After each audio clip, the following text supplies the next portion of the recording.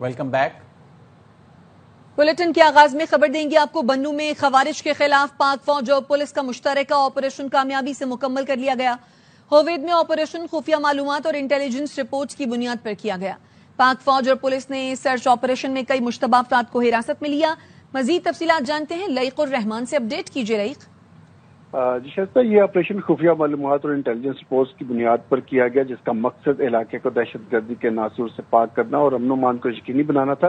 پاک فوج اور پولیس نے علاقے کو گھیرے میں لے کر سرچ آپریشن کیا اور کئی مشتبہ افراد کو پولیس نے حراست میں لے لیا ہے۔ آپریشن کے دوران خوارج کے 2 مقامی سہولت کاروں کے گھر بھی مسمار کیے گئے، جبکہ اہل علاقہ نے سیکورٹی فورسز کے آپریشن کو علاقے میں عوامی تحفظ کے لیے اہم قرار دیا اور اپنی بھرپور حمایت کا یقین دلایا۔ پاک فوج اور پولیس علاقے میں دیر پا امن کے قیام اور دہشت گردی کے خاتمے کے لیے پرعزم ہے۔ شائستہ، اپڈیٹ کرنے کے لیے شکریہ لئیق الرحمان۔ خارجیوں اور ان کے سہولت کاروں سے بات چیت یا سمجھوتے کا سوال ہی پیدا نہیں ہوتا۔ دہشت گردوں کے خلاف کارروائیاں ہر صورت جاری رہیں گی۔ سیکیورٹی ذرائع کا کہنا ہے جب تک خوارج ریاست کے سامنے سر تسلیم خم نہ کر دیں بات چیت ممکن نہیں۔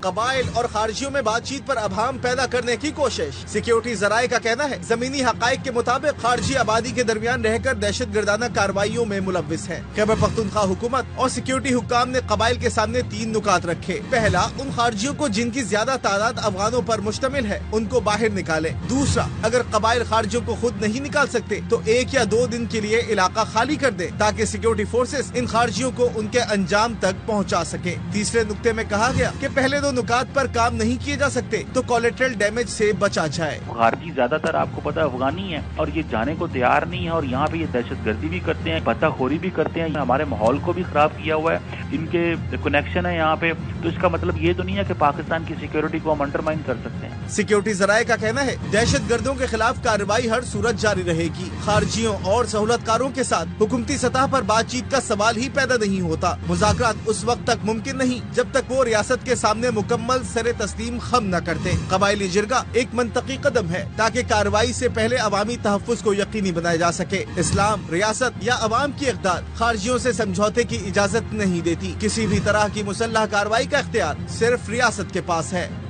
لاہور پولیس نے مناوا میں ہیگزا کاپٹر ڈرون تحویل میں لے لیا۔ ایس پی کینٹ کا کہنا ہے سرویلنس ڈرون بھارت کی طرف سے آیا تھا۔ حساس اداروں کی تحقیقات کے بعد مزید حقائق سامنے آئیں گے۔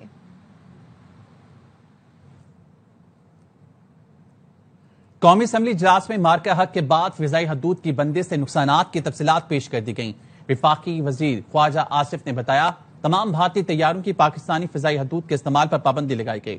بھارت نے بھی پاکستان کے لیے اپنی فضائی حدود بند کر دی۔ فضائی حدود بند کرنے سے یومیہ 100 سے 150 پروازیں متاثر ہوئیں۔ بھارتی ایئر لائنز کے لیے فضائی حدود کی بندش سے PAA کو 4.1 ارب کا نقصان ہوا۔ خواجہ آصف نے کہا 2019 میں فضائی حدود کی بندش کے نتیجے میں 7.6 ارب روپے کا نقصان ہوا تھا۔ قومی خود مختاری، دفاع اور وطن عزیز کا تحفظ ہماری اولین ترجیح ہے۔ بھارت کے علاوہ پاکستان کی فضائی حدود تمام ایئر لائنز کے لیے دستیاب ہیں۔ 26 نومبر احتجاج انسداد دہشت گردی عدالت نے 6 مقدمات میں راجہ بشارت اور 2 مقدمات میں صنم جاوید کی عبوری ضمانتیں خارج کر دیں۔ عدالت نے علیمہ خانم کی عبوری ضمانت میں 25 اگست تک توسیع کر دی ہے۔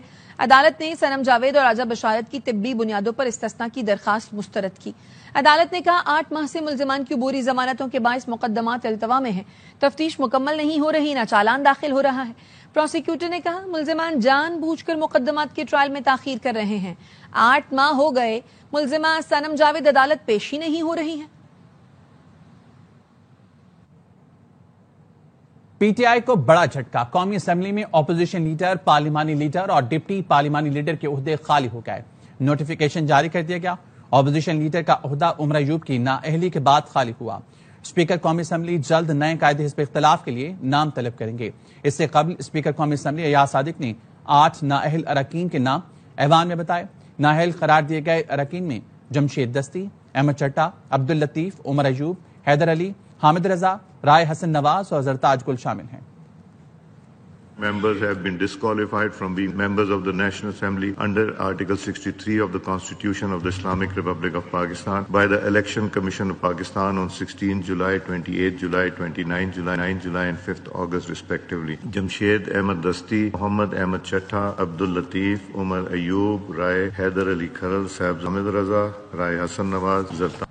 بانی پی ٹی آئی کی بہن علیمہ خانم کہتی ہیں بانی کا پیغام ہے ہمیں حقیقی آزادی کے لیے باہر نکلنا ہے. قاسم اور سلیمان پاکستان آنا چاہتے ہیں, حکومت کیسے روک سکتی ہے؟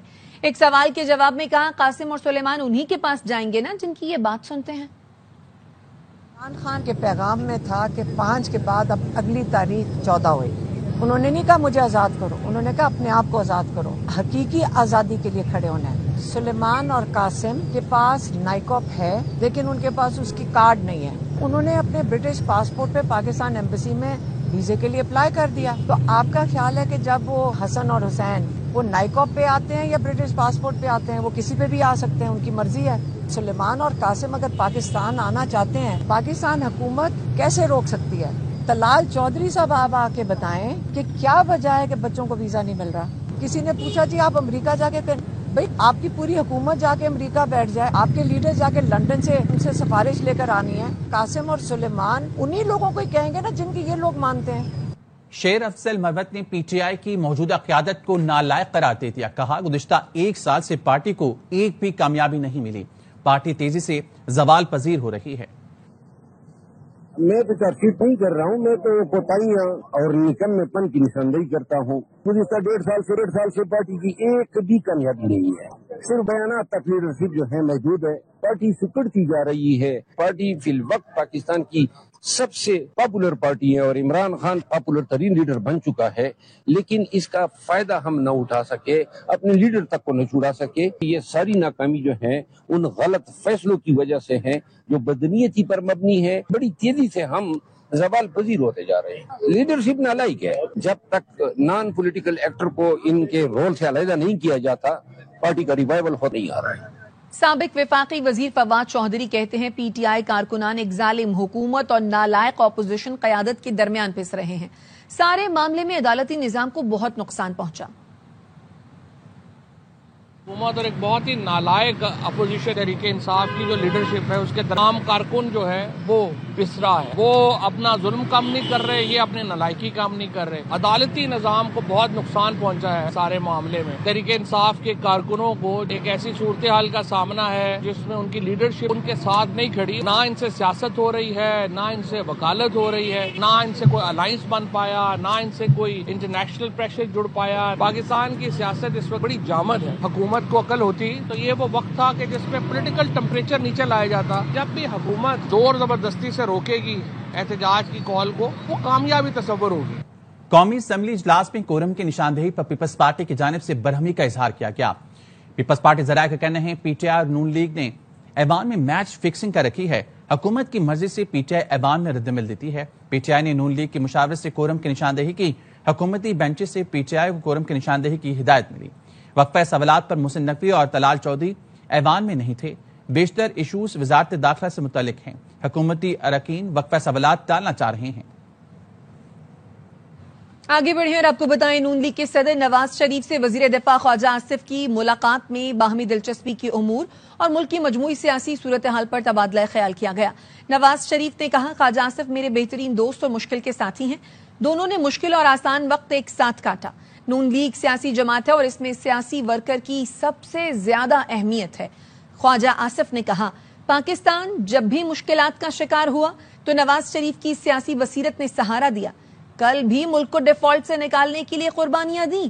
آگے بھی یہ سفر جاری رہے گا. دونوں کی ملاقات تقریباً 1 گھنٹے سے زائد جاری رہی. بھارت کو ایک اور جھٹکا. ٹیرف کے معاملے پر صدر ٹرمپ نے مذاکرات سے انکار کر دیا. اوول آفس میں صحافی کے بھارت سے ٹیرف کے معاملے پر مذاکرات کے سوال پر ٹرمپ نے کہا جب تک یہ مسئلہ حل نہیں ہوتا کوئی بات چیت نہیں ہوگی. انہوں نے کہا جب تک روس سے تیل خریدنے والا معاملہ حل نہیں ہوگا امریکہ اور بھارت کے درمیان تجارتی مذاکرات دوبارہ شروع نہیں ہوں گے. صدر ٹرمپ نے بھارت کی روس سے تیل کی خریداری پر بھارتی درآمدات پر مجموعی طور پر 50% ٹیرف عائد کیا ہے. Up on the India tariffs, do you expect increased trade negotiations? Since you've announced the 50% tariff. No, not until we get it resolved. Mr. President. To follow up on the India tariffs, do you expect increased trade negotiations? Since you've announced the 50% tariff. No, not until we get it resolved. Mr. President.